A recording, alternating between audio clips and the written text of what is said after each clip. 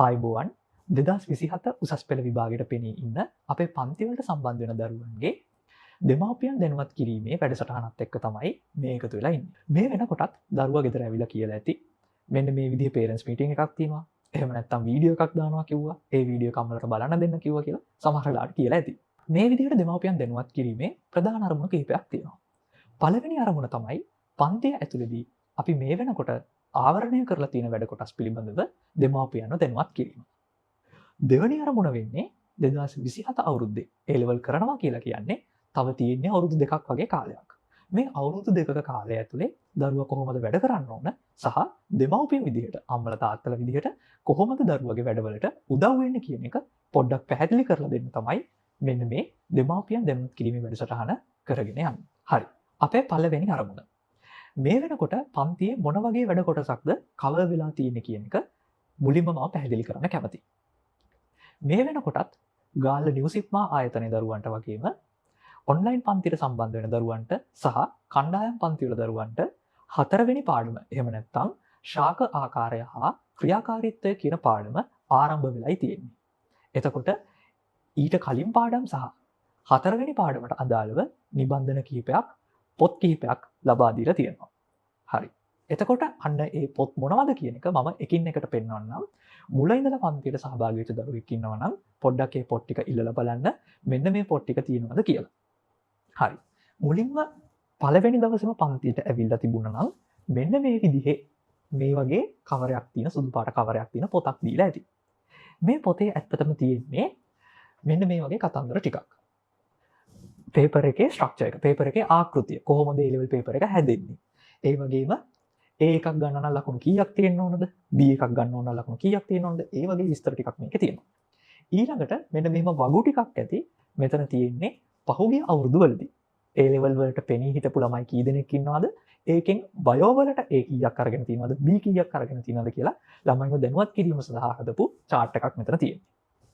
ඊළඟට පළවෙනි පාඩමට අදාළ කරන නෝට් එක මෙතන තියෙනවා. සහ මෙන්න මෙතන තියෙනවා අපිට තියෙන පාඩම් 10 සහ ඒවට අදාළ කරන කාලච්ඡේද ටික.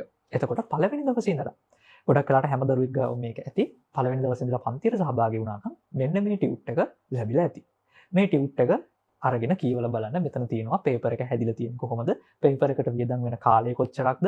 ඊට පස්සේ සිලබස් එක කොච්චර කාලච්ඡේද ගානකින් ආවරණය කරන්න ඕනද කියන දේ සම්පූර්ණයෙන්ම මේක ඇතුලේ පැහැදිලි කරලා තිනවා පළවෙනි පාඩමට අදාළ කරන තියරි සටහන් එක්ක. ඊළඟට පළවෙනි පාඩම සහ දෙවෙනි පාඩම එකතු කරලා මෙන්න මේ විදිහේ පොතක් ලැබිලා ඇති. මේ පොත පොඩ්ඩක් පෙරලා බලන්න. පළවෙනි පාඩමෙන් තමයි පටන් ගන්නෙ. එතකොට පළවෙනි සහ දෙවෙනි පාඩම් දෙකම අඩංගු වෙන සම්පත් පොතේ print out එකක් තමයි මේ ටියුට් එකේ තියෙන්නේ. එතකොට මෙතනදී දරුවෝ පාඩම් කරලා තියෙනවා නම් ඔයාලට බලා ගන්න පුළුවන් පොත පෙරලලා බලන්න. මේක කොටස් සමහර ඒවා highlight කරලා ඇති. සමහර තැන්වල වැදගත් කරුණු ලියාගෙන ඇති. අන්න ඒ වගේ වැඩ කිහිපයක් මේක ඇතුලේ කරලා ඇති. එතකොට දරුවා පන්තියට ඇවිල්ලා වැඩ කරනවද කියලා බලා ගන්න පුළුවන්. මේක highlight කරලා තියෙනවා නම් ඊට පස්සේ මේකේ වැදගත් කරුණු මොනවා හරි ලියාගෙන තියෙනවා නම් අන්න ඒ වගේ දේවල් මේ පොත ඇතුලේ තියෙනවා නම් අන්න බලා ගන්න පුළුවන් දෙවෙනි පාඩමට දරුවා සම්බන්ධ වෙලා තියෙනවා සහ දෙවෙනි පාඩමේ වැඩ ටික කරලා තියෙනවා කියලා. එතකොට මේක තමයි අපි දෙන තියරි නෝට් එක. අපි පන්තියේදී වෙනම තියරි නෝට් එකක් දෙන්නේ නැහැ. මොකද කලින් දවසක මගෙන් අම්මා කෙනෙක් ඇහුවා තියරි නෝට් එකක් දෙන්නේ නැද්ද කියලා. ඒක නොදෙන්න හේතුවක් තියෙනවා. ඒකට හේතුව තමයි අලුත් සිලබස් එකේදී දරුවට කියවන්න කියලා ඉගෙන ගන්න දීලා තියෙනවා සම්පත් පොත. එහෙම නැත්නම් රිසෝස් බුක් කියලා පොතක්. මෙන්න මේ පොත තමයි දරුවා පරිශීලනය කරන්න ඕන සම්පූර්ණ තියරි ටික අඩංගු වෙන පොත වෙන්නේ. ඉතින් ඒ පොතේ අඩංගු කරුණු ටික තමයි අපි මේ ටියුට් එකට දාලා දෙන්නේ. එතකොට සිලබස් එකේ දැනගන්න ඕන කරුණු සියල්ලම අධ්‍යාපන අමාත්‍යාංශයෙන් අනුමත කරලා දරුවන්ට කියවන්න පුළුවන් විදිහේ පොතක් විදිහට හදලා දෙනවා නම් ඒ පොත පරිශීලනය කරන එක අපි දෙන තියරි නෝට් එකකට වඩා ගොඩක් ඵලදායී කියලා මම හිතනවා. ඒ හේතුව නිසා තමයි ඇත්තටම තියරි නෝට් එකක් නොදුන්නේ. මොකද පෞද්ගලිකව A level කරනකොට මම අත්දකපු කාරණාවක් තමයි අපිත් නිව් සිලබස් එකෙන් කරේ. එතකොට අපිට රිසෝස් බුක් එකක් තිබුණා.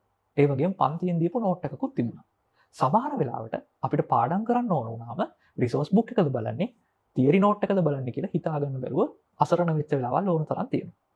එතකොට මොකද්ද බලන්න කියලා හිතා ගන්න බැරුව සමහර වෙලාවට අපි ගොඩක් අපහසුතාවයටපත් වෙනවා. ඒ ගැටලුව වළක්ව ගන්න තමයි ඇත්තටම වෙනම තියරි නෝට් එකක් නොදුන්නේ. එතකොට මේ පොත පරිශීලනය කිරීම හරහා සම්පූර්ණයෙන්ම අදාළ කරන තියරි කරුණු පාඩම් කරගන්න ලේසි වෙනවා. වැදගත් කරුණු ටික highlight කරනවා පන්තියේදී. ඒ වගේම අමතර කාරණාවක් මොනවා හරි තිබුණොත්, අමතර රූප සටහනක් මොනවා හරි තිබුණොත්, ඒ ඔක්කොම ටික මේ පොතත් එක්ක අපි දරුවට ඇඳ ගන්න දෙනවා. සමහර රූප සටහන් මේකට එකතු කරලා තියෙනවා. හරිද? හරි. ඊළඟට මේ දෙවනි පාඩමේ පොතත් එක්කම තව හම්බ වෙලා ඇති මෙන්න මේ විදිහේ ටියුට් එකක්. මෙන්න මෙතන අංක 2 කියලා ගහලා තියෙන ටියුට් එකක් හම්බ වෙලා ඇති. සමහර වෙලාවට මේ කවරේ වෙන පාටක් වෙන්න පුළුවන්. හරිද? මේ විදිහේ ටියුට් එකක් හම්බ වෙලා ඇති. පිටුව ඇතුළ පැත්තේ පෙරලලා බලන්න මෙතන ඇති ජීව විද්‍යාව හැඳින්වීම, ජීවයේ රසායනික හා ශෛලීය පදනම කියලා පොතක්. මේක ටිකක් පිටු 40ක විතර පොතක්. මේ පොතේ ඇත්තටම තියෙන්නේ පාඩම සම්පූර්ණයෙන්ම කවර් වෙන විදිහට එන්න පුළුවන් ව්‍යුහගත රචනා ප්‍රශ්න දාලා හදපු ව්‍යුහගත රචනා පොතක්. එතකොට අපි දරුවන්ට පාඩම කරාට පස්සේ හෝම්වර්ක් එකක් විදිහට මෙන්න මේ පොත කරගෙන එන්න කියලා කියනවා. මේ වෙනකොට මේ පොත සාකච්ඡා කරලා තියෙන්නේ මේ පොත තමයි හෝම්වර්ක් එකක් විදිහට. අපි අද දවසේ මොකක් හරි පාඩමක් ඉගෙනුවා නම් ඒ උගන්වපු පාඩම ගෙදර ගිහිල්ලා ආයෙත් පාරක් බලලා මෙන්න මේ පොතේ තියෙන ප්‍රශ්න ටික කරන්න කියලා, ඒ පාඩමට අදාළ කරන ප්‍රශ්න ටික කරන්න කියලා අපි දරුවන්ට කියලා තියෙන්නේ. එතකොට පන්තියට ඇවිල්ලා වැඩ කරලා තියෙනවා නම්, ගෙදර ඇවිල්ලා වැඩ කරලා තියෙනවා නම්, අපේ වැඩසටහන ෆලෝ කරගෙන යනවා නම් අනිවාර්යයෙන්ම මේ පොතේ එක අකුරක් හරි ලියලා තියෙනවා. සමහර තැන්වල හිස්තැන් තියෙන පුළුවන්. ඒක ගැටලුවක් නැහැ. ලොකු හිස්තැන් නෙවෙයි. සමහර ප්‍රශ්නයකට දෙකකට ලියා ගන්න බැරි වුණා වෙන්න පුළුවන්. ඒක ගැටලුවක් නැහැ. නමුත් බහුතරයක් පිටු. එහෙම නැත්නම් බහුතරයක් ප්‍රමාණයක් මේකේ ලියලා තියෙනවා නම් දරුවා වැඩ කරලා කියලා අපිට කියන්න පුළුවන්. එතකොට හෝම්වර්ක් එකක් විදිහට තමයි අත්තට මේක දෙන්නේ. අනිවාර්යයෙන්ම මේ පොත ඉල්ලගෙන පෙරලලා බලන්න මේක කරලා තියෙනවද කියලා. හරි. ඊට පස්සේ තුන්වෙනි පාඩම පටන් ගන්නකොට මෙන්න මේ විදිහට අර කලින් වගේම පොතක් දෙනවා. මේ ගේම් බෙක් කියන පොතක් තියෙන්නේ. මෙතන අංක 3 කියලා ගහලා ඇති. පරිණාමය හා ජීවීන්ගේ විවිධත්වය තමයි පාඩම. මේ පාඩමට අදාළව ඇතුළ පෙරලලා බැලුවම පොතේ highlight කරලා ඇති. වැදගත් කරුණු ලියාගෙන ඇති. ඒ විදිහට මේකත් බලන්න. තුන්වෙනි පාඩමට සම්බන්ධ වෙලා තියෙනවා නම්. දෙවෙනි පාඩමට සම්බන්ධ වෙන්නේ නැතුව තුන්වෙනි පාඩමේ ඉඳලා ආවනම් දෙවෙනි පාඩමේ පොත නැතුව ඇති. තුන්වෙනි පාඩමේ පොත ඇති. හරිද? හරි. ඒකත් එක්කම මෙන්න මෙහෙම දෙයක් තියෙනවා. ඒකටත් අපි දීලා තියෙනවා මේ විදිහේ පොතක්. මේකෙත් සමහරලාට cover page එකේ පාට වෙනස් වෙන්න පුළුවන්. මෙතන අංක 3 ගහලා ඇති. මේකත් බලන්න. මේක තාම සාකච්ඡා කරලා ඉවර කරේ නැහැ. පාඩම පන්තියේදී උගන්වලා ඉවරයි. මේ පොත සාකච්ඡා කරලා ඉවර කරලා නැහැ. මේකෙත් බලන්න යම් යම් ප්‍රශ්න වලට උත්තර ලියලා තියෙද වැඩ කරලා තියෙද කියලා. එතකොට තුන්වෙනි පාඩම මේ වෙනකොට cover කරලා තියෙන්නේ. තුන්වෙනි පාඩමට අදාළ කරන ප්‍රශ්න මේ පොතේ තියෙනවා. මේ පොතත් කරලාද කියලා බලන්න. මේ පොත වෙනම සාකච්ඡා කරලා නැහැ තවම. හැබැයි ඉදිරියේදී සාකච්ඡා කරන්න බලාපොරොත්තු වෙනවා. හරි. ඊළඟට හතරවෙනි පාඩම පටන් ගන්නකොට මේ විදිහේ ටියුට් එකක් හම්බ වෙලා ඇති. මේ විදිහේ ගහක් තියෙන ටියුට් එකක් අංක 4 කියලා ඇත්තේ. මේ ටියුට් එකේ මැද හරියක් වෙනකම්. ගාලේ පන්ති ළමයි නම් මැද හරියක් වෙනකම් දැන් අගට කිට්ටුයි කරලා ඇති. ඒ වගේම ඔන්ලයින් පන්ති ළමයි නම් සමහර ලාවට මේ වීඩියෝ එක වැටෙන වෙලාව වෙද්දී පිටු කිහිපයක් විතරයි කරලා තියෙන්නේ වෙන්න පුළුවන්. මෙතනදී මේකත් පොඩ්ඩක් බලන්න මුල් පිටු කිහිපේ හරි වැඩ කෙරලා තියෙනවද කියලා. මේ තමයි හතරවෙනි පාඩමට අදාළ කරන නෝට් එක තියෙන පොත. ඒ වගේම හතරවෙනි පාඩමට මෙන්න මේ විදිහේ පොතක් ලැබිලා ඇති. මේකත් සමහර ලාවට cover page එකේ පාට වෙනස් වෙන්න පුළුවන්. අංක 4 කියලා ගහලා ඇති. මේකෙත් අර වගේම ව්‍යුහගත ප්‍රශ්න තමයි තියෙන්නේ. එතකොට මෙන්න මේ හතරවෙනි පාඩමේ පොත කරලා නැත්නම් ඒකට කලබල වෙන්න එපා. මොකද හතරවෙනි පාඩම තාම ඉවර කරලා නැහැ. හතරවෙනි පාඩමේ සමහර වෙලාවට පොඩි කොටසක් ලියලා ඇති. ඒ අරින්න මේක කරේ නැහැ කියලා කලබල වෙන්න එපා. නමුත් දෙවෙනි පාඩම, පළවෙනි පාඩම, තුන්වෙනි පාඩම කියන පාඩම් වලට අදාළව වැඩ කරලාද කියලා අනිවාර්යයෙන්ම පොත පෙරලලා බලන්න. හරි. එතකොට ඇයි මම මේ පොත බලන්න කියලා කියන්නේ? ළමයි දැන් ලොකුයි මේ කට්ටියට තනියෙන් වැඩ කරන්න පුළුවන් කියලා ඔයගොල්ලන්ට හිතෙන්න පුළුවන්. ඇත්තටම ඇයි මේ වැඩ කරාද කියලා බලන්න ඕනේ. මෙහෙමයි. දෙමව්පියෝ විදිහට ඕනම කෙනෙක් කැමතිනේ තමන්ගේ දරුවා මෙඩිසින් යනවා නම් බයෝ කරලා. ඔව්. ඉතින් බයෝ කරවන්නේ මෙඩිසින් යවන්න. එහෙම යවන්න නම් ගොඩක් වැඩ කරන්න ඕනනේ. ඉතින් බයෝ කරන්න ළමයාව පොළඹවපු පළියට හෝ ළමයාගේ කැමැත්තෙන් බයෝ කරපු පළියට එකපාරට මෙඩිසින් යන්න බෑනේ. ඒකට ගොඩක් වැඩ කරන්න ඕන. ඉතින් වැඩ කරාද නැද්ද කියලා හොයලා බලලා දරුවට උදව්වක් වෙන එක ඇත්තටම වෙන්න ඕන දෙයක් සහ දරුවා දැන් ඉන්න මට්ටම ගැන අවබෝධයක් ලබා ගන්න පුළුවන් වෙනවා ඒක හරහා. එතකොට වැඩ කරලාද නැද්ද කියලා බලන්න කියන්නේ ඒකයි. මොකද වැඩ කරලාද නැද්ද කියන එක පිළිබඳව දෙමව්පියන්ට අයිඩියා එකක් අදහසක් නැති වුණොත් එතනදී යම්කිසි ගැටලුවක් එනවා. මොකද ප්‍රතිඵල එනකොට රිසල්ට්ස් එනකොට සමහර වෙලාවට වැඩ කරපු නැති ළමයට අඩු රිසල්ට් එකක් ආවොත් එතනදී දෙමව්පියෝ වුණත් කලකිරීමකටපත් වෙනවා. අපරාධය අපි පන්ති යවුවා, අපි මහන්සියලා ඉගෙනුවා, ඒ වුණාට මෙයාට රිසල්ට්ස් නැහැ කියලා. ඉතින් ඒ දේවල් වලින් බේරෙන්න දැම්ම තව අවුරුදු 2ක කාලයක් තියෙනවා. දැම්ම වැඩ කරන්නේ නැති තත්වයක ඉන්නවා නම් පුළුවන් තරම් උනන්දු කරවල වැඩ කරවන්න හොඳ රිසල්ට් එකකට යන්න. එතකොට ඒක තමයි දෙමව්පියන්ගේ පැත්තෙන් වෙන්න ඕන දේ. මේ වැඩවලට අමතරව මෙන්න මේ පොත හම්බ වෙලා ඇති. මේ පොත තමයි ජීව විද්‍යාව රචනා ප්‍රශ්න පොත් කට්ටලේ පළවෙනි පොත. මේ පොතේ තියෙනවා පළවෙනි පාඩමේ ඉඳලා හතරවෙනි පාඩම වෙනකම් අහන්න පුළුවන් රචනා ප්‍රශ්න. එතකොට මේක පාර්ට් 1 කියලා ගහලා තියෙන පොතක් හම්බ වෙලා නැත්නම් පළවෙනි පොත විතරයි දුන්නේ. මොකද පළවෙනි පාඩම් 4 විතරක් තාම කතා කරන නිසා මෙතනදී බලන්න මේක නම් හයිලයිට් කරපු එහෙම දේවල් නැතුව ඇති. මේ පොතේ තියෙන්නේ රචනා ප්‍රශ්න සහ ඒවට අදාළ කරන පිළිතුරු තියෙන පොතක්. එතකොට මේකෙදි දරුවට රචනා ප්‍රශ්න වෙනම පාඩම් කරන්න අවස්ථාව හම්බ වෙනවා. ඊට අමතරව දෙවනි පාඩමට අදාළව දෙවනි පාඩමෙන් දීලා ඇති පේපර් එකක් අනිවාර්යයෙන්ම මේ වෙනකොට ගාල්ලේ ළමයි ඔන්ලයින් ළමයි සහ ගෲප් ක්ලාස් වල ළමයි අනිවාර්යයෙන්ම මේ පේපර් එක ලියලා තියෙනවා සහ ලකුණු ලැබිලත් ඇති. එතකොට පේපර් එක ලියලාම කියන්න නැත්නම් පේපර් එක අමාරුයි, සමහරවිට මට බනින්න නැත්නම් ලකුණු ආවට පස්සේ මට බනින්න නැත්නම් එතකොට ලකුණු මට්ටම පොඩ්ඩක් බලන්න. ඇත්තටම ඔය පේපර් එකේ ලකුණු 80ක් 90ක් තියෙන්න ඕන කියලා නීතියක් නැහැ. ඔය පේපර් එක ගොඩක් අමාරුයි. ගොඩාක් අමාරු පේපර් එකක් දුන්නේ. ඒ පේපර් එකට සැලකිය යුතු මට්ටමේ අඩුම තරමේ ලකුණු 50ක්වත් තියෙනවා නම් 50 මායිමේවත් තියෙනවා නම් අන්න ඒක සාධනීයයි, එහෙම නැත්නම් සතුටුදායකයි කියලා කියන්න පුළුවන්. නමුත් ලකුණු ගොඩක් අඩුයි නම් සැලකිය යුතු තරමින් අඩුයි නම් ලකුණු 20ක් 30ක් වගේ නම් තියෙන්නේ. අන්න එතනදී පොඩ්ඩක් සැලකිලිමත් වෙන්න, වැඩ කරලා තියෙන ප්‍රමාණය මදි කියලා තමයි කියන්න තියෙන්නේ. ලකුණු 50කට වැඩි නම් 60ක් 70ක් වගේ තියෙනවා නම් ඇත්තටම ගොඩක් හොඳයි. 80ක් විතර තියෙනවා නම් ඊටාම හොඳයි. ඒ විදිහටම වැඩ කරගෙන යන්න ඕන. 50ට වැඩි නම් ටිකක් තව වැඩ කරන එක වැඩි කරන්න ඕන. හැබැයි ලකුණු 20ක් 30ක් තියෙනවා නම් ඒක පොඩ්ඩක් ගැටලු සහගත තත්ත්වයක්. එතකොට දරුවෝ තව පොඩ්ඩක් උනන්දු කරවන්න ඕන. මොනවා හරි ගැටලුවක් තියෙද කියලා හොයලා බලන්න ඕන. එතකොට ලකුණු වැඩි කරගන්න පුළුවන් වේවි. මීට අමතරව ඉස්කෝලේ වාර විභාගය ටාගට් කරලා ඉස්සරහට වැඩපිළිවෙලක් අපි කරගෙන යන්න බලාපොරොත්තු වෙනවා. ඒකත් එක්ක දරුවව සම්බන්ධ කරවන්න. ඒක කරගෙන යන්නේ ඔන්ලයින්. ඒ පිළිබඳව විස්තර අපි ගෲප් වල දැනුවත් කරන්නම්. එතකොට ඒ දේවල් එක්ක සම්බන්ධ කරවන්න. මොකද ටර්ම් ටෙස්ට් එක කියලා කියන්නේ ගොඩක් වෙලාවට ළමයි සමහර වෙලාවට ටර්ම් ටෙස්ට් 3ක් විතර ලිව්වට පස්සේ ওই ටර්ම් ටෙස්ට් එකට යන්නේ අතාරිනවා. ටර්ම් ටෙස්ට් එකට යන්නේ අතාරින්න දෙන්න එපා. මොකද ටර්ම් ටෙස්ට් එක කියලා කියන්නේ වාර විභාගය කියලා කියන්නේ අනිවාර්යයෙන්ම සහභාගී වෙන්න ඕන දෙයක්. මොකද ළමයා ඉන්න ඇත්ත తত্ত্বය හරිම විදිහට තේරුම් ගන්න පුළුවන් එක අවස්ථාවක් තමයි ටර්ම් ටෙස්ට් එකක් කියලා කියන්නේ. ළමයෙක්ට විභාගය ගැන එක්ස්පීරියන්ස් එකක් ගන්න පුළුවන් හොඳ තැනක් තමයි ටර්ම් ටෙස්ට් එක කියන්නේ. ඒක නිසා අනිවාර්යයෙන්ම ටර්ම් ටෙස්ට් එකට ළමයාව යවන්න. ඒ වගේම දරුවව පුළුවන් තරම් ඉස්කෝලේ යවන්න ඉස්කෝලේ තියෙන දවස්වල. ඉස්කෝලේ උගන්වන්නේ නැහැ, ඉස්කෝලේ ටීචර්ස්ලා නැහැ. ඒ වගේ කතන්දර කියන්න පුළුවන්. ඉස්කෝලේ ඒ වුණාට යවන්න හේතුවක් ඇතුවයි කියන්නේ. හේතුව තමයි අපි ඉස්කෝලේ යනකොට අපිත් අන්තිම කාලේ යනකොට ඉස්කෝලවල එහෙම ලොකුට ඉගෙනීමක් කරේ නැහැ. ඒක ඇත්ත. නමුත් ඔය ඉස්කෝලේට ගොඩක් වෙලාවට එනවා වැඩිපුර වැඩ කරන ළමයි. ඒ කියන්නේ වැඩිපුර පාඩම් කරන ළමයි. අපි කියන්නේ මීටර කියලා සරලව අන්නේ ළමයි ටික එනවා ඉස්කෝලේ. මොක වුණත් එනවා.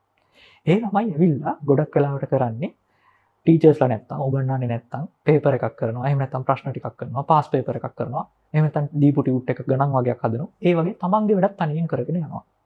මේක අපි එළියල් කරන කාලෙත් තිබ්බ දෙයක්. එතකොට හිතන්න එහෙම වැඩ කරන ළමෙක් ඒ වගේ වැඩ කර කර ඉන්නවා දකිද්දී එතන ඉන්න අනිත් ළමයින්ට වටපිට බල බල කතා කර කර රවුම් ගහ ඉන්න හිතෙන්නේ නැහැ සමහර වෙලාවට. එතකොට එයාලා සමහර වෙලාවට ඔටෝම අර ළමයාත් එක්කම වැඩ කරන්න try කරන්න පුළුවන්. එතකොට ඉස්කෝලේ යවන්න කියලා කියන්නේ අන්න ඒ හේතුව නිසා. මොකද අන්තිම වෙනකන් ඉස්කෝලේ ගියපු ළමයින්ගේ රිසල්ට්ස් එහෙම නැත්නම් ප්‍රතිඵල කියන එක ගොඩක් හොඳ මට්ටමක තියෙනවා ඉස්කෝලේ යන්නේ නැතුව හිටපු ළමයින්ට වඩා. ඒකට හේතුව තමයි පහු වෙනකොට ඉස්කෝලවල ළමයි එන ප්‍රමාණය අඩු වෙනවා. එතකොට ටීචර්ස්ලා උගන්වන ප්‍රමාණය අඩු වෙනවා. ඒකත් එක්ක ඉතුරු වෙන්නේ අර හොඳටම වැඩ කරන ළමයි සෙට් එක. ඒ ළමයි සෙට් එක වැඩ කරන්න එකතු වුණාම ඔයාලගේ දරුවත් එතනට එකතු වුණොත් වැඩ කරන්න පුළුවන්. වැඩ කරාට පස්සේ රිසල්ට්ස් හොඳ වෙනවා. ඒ විතරක් නෙමෙයි සමහර වෙලාවට ටීචර්ස්ලා ඔය වැදගත් කරුණු උදාහරණයක් විදිහට ෆිසික්ස් භෞතික විද්‍යාව ප්‍රැක්ටිකල් එහෙම නැත්නම් රසායනික විද්‍යාව ප්‍රැක්ටිකල් එහෙම සමහර වෙලාවට ඔය අන්තිම කාලෙදි තමයි කියලා දෙන්නේ. ඒ අන්තිම කාලෙදි කියලා දෙනකොට ඒ ප්‍රැක්ටිකල් ටික ගොඩක් වැදගත් වෙන විභාගෙට ඒ දේවල් ගොඩ දාගන්න අනිවාර්යයෙන්ම ඉස්කෝලේ යවන්න ඕන. එතකොට ඒ දේ පොඩ්ඩක් මතක තියාගන්න. ඔය ටික තමයි පළවෙනි අරමුණ විදිහට මට මෙතනදී පැහැදිලි කරන්න අවශ්‍ය වුණේ. දෙවෙනි අරමුණේදී කොහොමද දරුවට අපි උදව් කරන්නේ වැඩ ටික කරගෙන යන්න කියන එක මම පැහැදිලි කරන්නම්. මෙහෙමයි. මේ කතාව ඇත්තටම පැහැදිලි කරන්න එක හේතුවක් තමයි හැම අම්මා කෙනෙක්ම තාත්තා කෙනෙක්ම ડોක්ටර්ස්ලා නෙමෙයි. හැම අම්මා කෙනෙක්ම තාත්තා කෙනෙක්ම කැම්පස් කියපු මිනිස්සු නෙමෙයිනේ. එක එක අධ්‍යාපන මට්ටම් වල ඉන්න කට්ටිය ඉන්නවා. එක එක රැකියා කරන කට්ටිය ඉන්නවා. එතකොට ඒ හැමෝටම අදහසක් නැහැනේ දරුවට කොහොමද අපි උදව් වෙන්නේ කියලා. අන්න ඒක සඳහා තමයි මේ පැහැදිලි කිරීම කරන්නේ. A level කරනකොට විශේෂයෙන්ම A level science subject එකක් කරනකොට බයෝ හරි මැත්ස් හරි කරනකොට අනිවාර්යයෙන්ම දරුවට තනියෙන් වැඩ කිරීමේ වෙලාවක් තියෙන්න ඕනේ. එතකොට පොඩ්ඩක් හොයලා බලන්න ගෙදරදී තනියෙන් වැඩ කරනවද කියලා. සහ තනියෙන් වැඩ කරන්න යාට අවශ්‍ය කරන පරිසරය හදලා දෙන්න ඕනේ. සමහර වෙලාවට අපිට ඇවිල්ලා කියනවා ළමයි මල්ලි කාටුන් බලනවා මට වැඩ කරන්න විදිහක් නැහැ. සීයයි ආච්චි බන අහනවා මට වැඩ කරන්න විදිහක් නැහැ. අර ඒ වගේ කම්ප්ලේන්ට්ස් එනවා ගොඩක් වෙලාවට. ඉතින් ඇත්තටම ඒ ලෙවල් කරන ළමයෙක්ට තනියෙන් වැඩ කරන්න නම් ගෙදර ටිකක් අර නිෂ්කලංක විදිහේ වාතාවරණයක් තියෙන්න ඕන. මොකද එයාගේ හැම වෙලාවෙම අපි වැඩ කරනකොට බලන්නේ ඒ වැඩේ නවත්තන්නනේ. ඒ කියන්නේ අපි කැමති නෑනේ මහන්සි වෙන්න. අපි කැමතිනේ නිකන් මොකක් හරි කරගෙන ඉන්න. එක්කුන් දාගන්න හරි වටපිට බල බල ඉන්න හරි ටීවී බලන්න හරි අපි කැමති.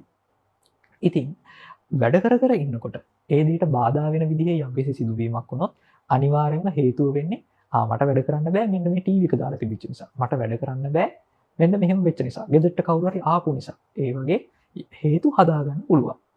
ඒක ළමයාගේ වැරද්දක් නෙමෙයි. ඉතින් එහෙම හේතු හැදෙන්න තියන්න එපා.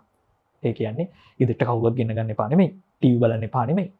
ටීවී බලන එක ඒ වගේ දේවල් සීමා කරන්න. එහෙම නැත්නම් ළමයාට ඒ දේවල් ඇහෙන්නේ නැති වෙන්න. ඒ කියන්නේ එයාගේ කාමරේට ඇහෙන්නේ නැති මට්ටමට ටීවී එක දාගෙන ඉන්න. අර ටීවී එකේ ශබ්ද අඩු කරලා තියාගන්න. ඒ වගේ වැඩ ටිකක් කරලා තියාගන්න. මොකද එයාට වැඩ කරන්න අවස්ථාව දෙන්න ඕන නිසා. අනිත් දේ තමයි ගොඩක් වෙලාවට මේකත් මට අප් කම්ප්ලේන් එකක්. ගෙදර වැඩවලට හරි ඒ කියන්නේ සමහරලාට උයන වගේ වැඩවලට. ඒ වගේ එකක් නෙමෙයි මට ඇත්තටම ආපු කම්ප්ලේන් එක. එක ළමයෙක් ඉන්නවා. ඒ ළමයාගේ තාත්තා බිස්නස් කරන්නේ. වෙළඳාමක් කරන්නේ. එතකොට මේ බිස්නස් වැඩවලට මේ හෙට අනිද්දා එළියව තියෙන ළමයාව ඇත්තටම 2025 ලෙවල් ලියපු ළමයෙක් මාස 4-5කට කලින් විභාගෙට මාස 4-5කට කලින් බිස්නස් වැඩවලට තාත්තා එක්ක කරගෙන යනවා ළමයාව. ඒක ළමයා මට ඇවිල්ලා කියනවා මෙහෙමයි මට තාත්තත් එක්ක එක වැඩවලට යන්න වෙනවා. එතකොට මට පාඩම් කරන්න විදිහක් නැහැ. අර ඒ වගේ ගැටලු වෙනවා. ඉතින් එතනදී ඒ වගේ දේවල් වුණොත් ළමයාට පාඩම් කරගන්න විදිහක් නැති වෙනවා. එතකොට රිසල්ට්ස් අවුල් යන්න පුළුවන්. අන්න ඒ දේවල් තමයි මෙතනදී පොඩ්ඩක් බලා ගන්න ඕනේ. A level science කරනවා නම් එහෙම නැත්නම් A level bio maths කරනවා නම් ටිකක් වැඩිපුර වැඩ කරන්න ඕන. අමතර වැඩවලට කාලය යොදවන්න ඇත්තරම තියෙන කාලය ගොඩක් සීමිතයි. තනියෙන් වැඩ කරන්න ළමයා පුරුදු කරව ගන්න ඕන.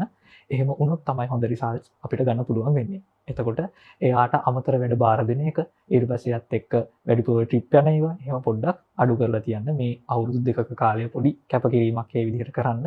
මොකද රිසල්ට්ස් හොඳ වුණොත් ඊට පස්සේ සම්පූර්ණයෙන්ම ජීවිතය වෙනස් වෙනවනේ. ඒක නිසා අනිවාර්යයෙන්ම ඒ දේ දරුවට උදව්වක් විදිහට කරන්න. ඉතින් මෙන්න මේ ප්‍රධාන අරමුණු දෙක තමයි මේ දෙමාපියන් දැනුවත් කිරීමේ වැඩසටහනේදී මම බලාපොරොත්තු වෙන්නේ. ඉතින් මම පෞද්ගලිකව විශ්වාස කරන දෙයක් තමයි දරුවට තනියෙන් රිසර්ච් ගන්න බෑ. ඇත්තට මේකට ගෙදර සපෝට් එකක් තියෙන්න ඕන. ගෙදරින් උදව්වක් තියෙන්න ඕන.